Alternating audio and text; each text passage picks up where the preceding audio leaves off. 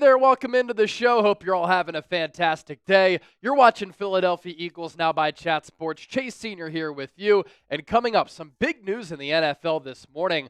Could Philadelphia trade an offensive tackle to the Tampa Bay Buccaneers following the Tristan Wirfs injury? He's one of the top offensive tackles in the game. He's going to miss some time because of a knee procedure. We're going to talk about that. In addition to Howie Roseman maybe putting some feelers out there, thinking about making a move because the Eagles are so deep at offensive tackle, I'm also going to explain how this could impact Eagles-Bucs because these two teams, once again, are set to meet up in September. Before we do all of that, I'm always looking for ways to compete between ourselves and other channels here at Chat Sports, and I just want to keep things fresh. So yesterday, we did 2 shows here on Eagles Now. Continue to give you the best content here on YouTube pertaining to the Birds. We picked up 38 new subscribers. That's a good number of subs to gain in a day, but on today's show, I want to beat that number of 38. So hit that subscribe button. Keep in mind that training camp for the defending Super Bowl champions is getting underway July 22nd in South Philadelphia. That's really when our coverage is going to ramp up even more, so lock us in today. Here is this tweet from Rick Stroud, who covers the Tampa Bay Buccaneers, and he's been one of their best beat writers for a long time in that area covering the Bucs. And I know this is a long tweet, but it's important. It has to do with today's show, and it sets the foundation for what we're discussing here. And this news came as a surprise to many, not just in the Tampa, Florida area, but all across the National Football League. The Bucs will start the season without All-Pro left tackle Tristan Wirfs, who underwent surgery on his right knee Tuesday and will likely miss at least the first couple of games of the regular season. He aggravated a right knee injury in the offseason that forced him to miss only 1 game in 2024. The Bucs scheduled arthroscopic surgery for Wirfs Tuesday, and some additional minor damage was found. Wirfs will likely begin the season on the PUP list. It's a big blow for the Bucs. Wirfs protects the blind side of quarterback Baker Mayfield, one of the closest friends on the team. The Bucs signed 49ers free agent left tackle Charlie Heck, who is likely to replace Wirfs to start the year.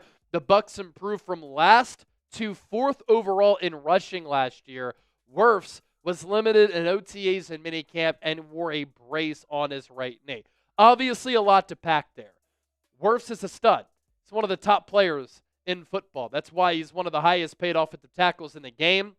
He's played left tackle. He's played right tackle. He was drafted when Tom Brady was on the Bucs. He helped that offensive line protect the greatest quarterback of all time.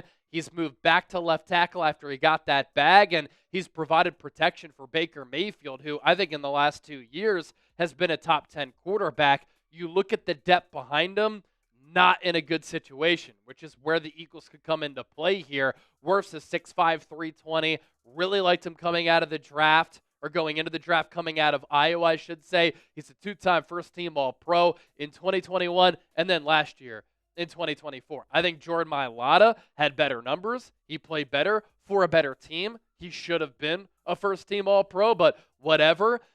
Wirfs was also a second-team All-Pro in 2022, so a very decorated player to start his career. He's been to the Pro Bowl 4 times, and he was the 13th pick in the 2020 NFL Draft coming out of Iowa.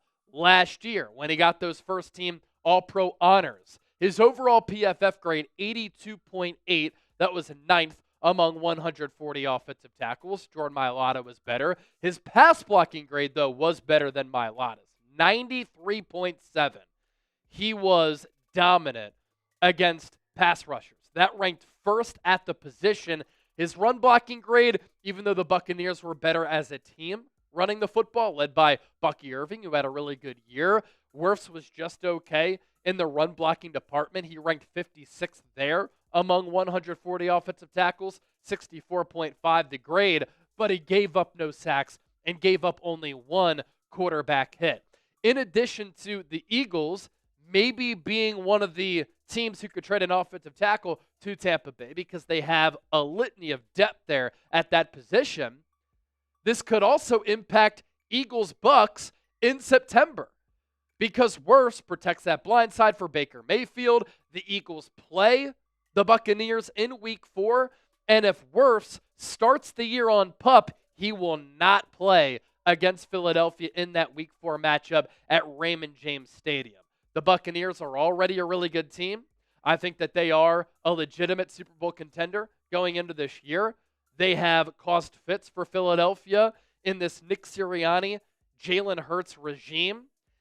And it's not easy to go down to Tampa Bay that time of year and play in that heat and that humidity. It's really hard to get the body acclimated. Last year, we saw what happened after that big Saints win for Philadelphia. Right before the bye, same week, Week 4, Philadelphia was listless in that game. It was an ugly defeat, but your job is easier if you can get a pass rush on Baker Mayfield and you don't have to go up against the likes of Tristan Wirfs. So you have Cowboys, Chiefs, Rams, Buccaneers, and Broncos. That's a really tough slate to start the year. Cowboys could be a playoff team. Chiefs were last year. Rams were last year. Buccaneers were last year. The Broncos were a playoff team last year. So if your start to the year can be made a little bit easier with Wirfs being out, that's obviously big news for Philadelphia, and I'm not rooting on this injury. I love watching Wirfs play. Now, to this portion of this dialogue and conversation, could Howie cook up a trade to send an offensive tackle to Tampa Bay? Charlie Heck is not going to cut it. He has been a career journeyman. There's a reason why he's played on a bunch of teams, why he hasn't been able to stick with a team. Last year, he only played 7 games, 1 sack allowed. He's 6'8", 311. That's really good size. But for him to potentially start for several weeks, that is a red flag for Tampa Bay. And obviously with Wirfs being out, Heck elevating to starter, now that impacts Tampa Bay's depth. And so if you canvass all of the teams in the NFL who the Bucs could look to hit up and make a call to make a trade for an offensive tackle, honestly, the Eagles might be number 1 on their list because they have a bunch of different trade candidates who the Bucs could be interested in. Kendall Lamm is a veteran who's been in the league for a long time. Last year, he played very well for the Miami Dolphins. He can pretty much play any position along that offensive line. He becomes probably the most marquee trade candidate for the Eagles because of his experience, his level of play. But from Philadelphia's standpoint, I don't think they want to part ways with some of these young players here. They drafted Cam Williams in the 6th round out of Texas. They drafted Myles Hinton in the 6th round out of Michigan. Hollin Pierce is a very intriguing UDFA out of Rutgers. I think the Eagles would like to ideally develop those 3 rookies. You do have Darian Kinnard, who's kind of been fighting to make the 53 with Philadelphia in years past. He could be another player who the Buccaneers show interest in. We'll do some deep dives on these players on your screen coming up just around the corner, but I do want to pop up today's poll question. What say you? Should Howie trade an offensive tackle to the Buccaneers? In addition to going deep on those trade candidates for the Eagles, I'm going to give you my answer coming up here in just a few moments. Type T for trade or P for pass. Join the conversation, as always, down in the comments section. Summer is here. Temperatures are ramping up all around the country. If you want to look good, feel good, be cool, stay cool, and just add something to your wardrobe, Chubbies is your answer. I am wearing these Chubbies khaki shorts right now.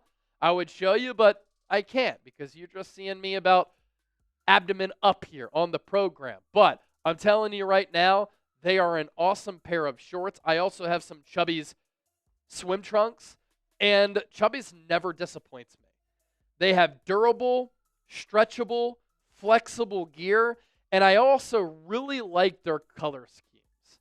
You can wear just a bunch of different options, and I'm always somebody who likes to wear a lot of different colors. So with summer here, it's time to officially let the dogs out. And by dogs, I mean your legs. If your pups have been stuck in jeans or sweats for the last few months, set them free, especially with the Line Swim collection. If you're going to the Jersey Shore, spending time at a different beach, maybe in Delaware or Maryland, or you're by a lake, you're by a pool, whether you're poolside, lakeside, oceanside, on that long-awaited vacation. I need one, I'll tell you that. These trunks are ready to travel. Life's too short for uncomfortable swim trunks, so these babies are set up for all-day comfort with the quick-dry stretch fabric and built-in liner. This is comfy, casual, built-for-life gear. I also really like the Chubbies Performance Polos. So whether you're suiting up for cannonballs, cookouts, or casual Fridays, Chubbies has you covered for a limited time. Chubbies is giving our listeners and our viewers 20% off your order by using the code CHAT at chubbyshorts.com/chat. That's code CHAT at chubbyshorts.com/chat. Support our show. Let them know that we sent you. Summer's here. Dress like it in Chubbies. I'll put that link down below in the show notes and attached to the pinned comment of today's Philadelphia Eagles. Now, so Kendall Lamm is probably the most realistic trade candidate for the Buccaneers and for the Philadelphia Eagles to send him to Tampa Bay. This is a player who would not cost Tampa Bay all that much. It's a player who the Eagles could afford to trade away. It's a player who might look at the Buccaneers as an opportunity where he could start some games, whereas with the Eagles, probably just going to be a backup, barring injury. 2015 UDFA out of Appalachian State, 6'5", 308. He has played in 119 games in his career with 44 starts. He did have back surgery on January 3rd, but he did partake in spring practices. Was with the Texans 2015 through 2018, with the Buccaneers 2019, or with the Browns, 2019, 2020, with the Titans in 2021, with the Dolphins 2022 through 2024. His career snaps by position. Look at this. Left tackle, more than 1,000. Left guard, 1 snap. Right tackle, more than 1,700 snaps there.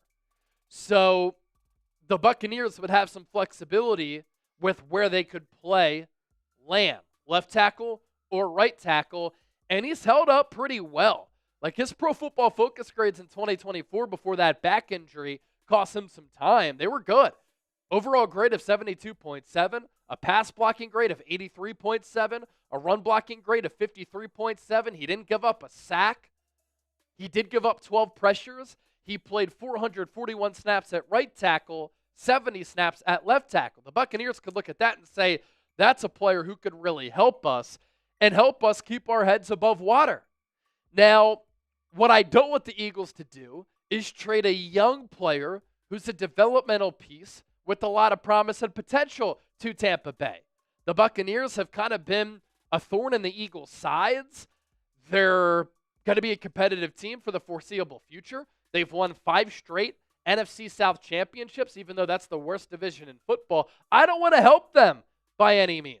Cameron Williams is a player who the Eagles got in the 6th round. Incredible value. He could play tackle. He can play guard. And if he went back to Texas, I think he could have been a first-round pick in 2026. A lot of eyes are on that Texas program with Arch Manning taking over the quarterback position from Quinn Ewers. And if Cameron Williams were to play well for a team that has national championship aspirations with that size, with the athleticism, yeah, I think he could have been taken in round 1. He gambled on himself. It didn't really work out, but it worked out for him to go to a great organization that has Jeff Stoutland, that has a bunch of great offensive tackles for Cam Williams to learn from. I think that over time, he can be an excellent player.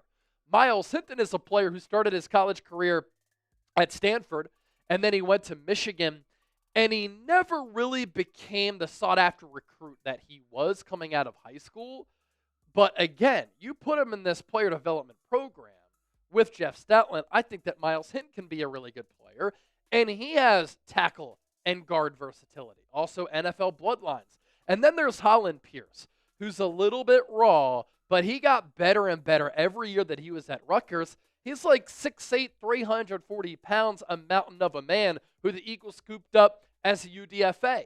Darian Kinnard has made some appearances with the Eagles from time to time, and he's been on the roster bubble. I would be fine with parting ways with him because of the young players on this Eagles team. So what would I do? Screw the Bucs. I'm not helping out Tampa Bay. They have pissed me off over the last couple of years. They are a team who the Eagles are going to be competing against for NFC supremacy, and Philadelphia will be playing them in the first month of the year. And so if Tristan Wirfs is on PUP, one of your players who you trade to them could help him. and I'm not helping out Tampa Bay. Be sure to give me a follow on X and Instagram, by the way, at Chase_Senior. I'm always talking about the Eagles here on YouTube. I'm always talking about the Birds over there as well.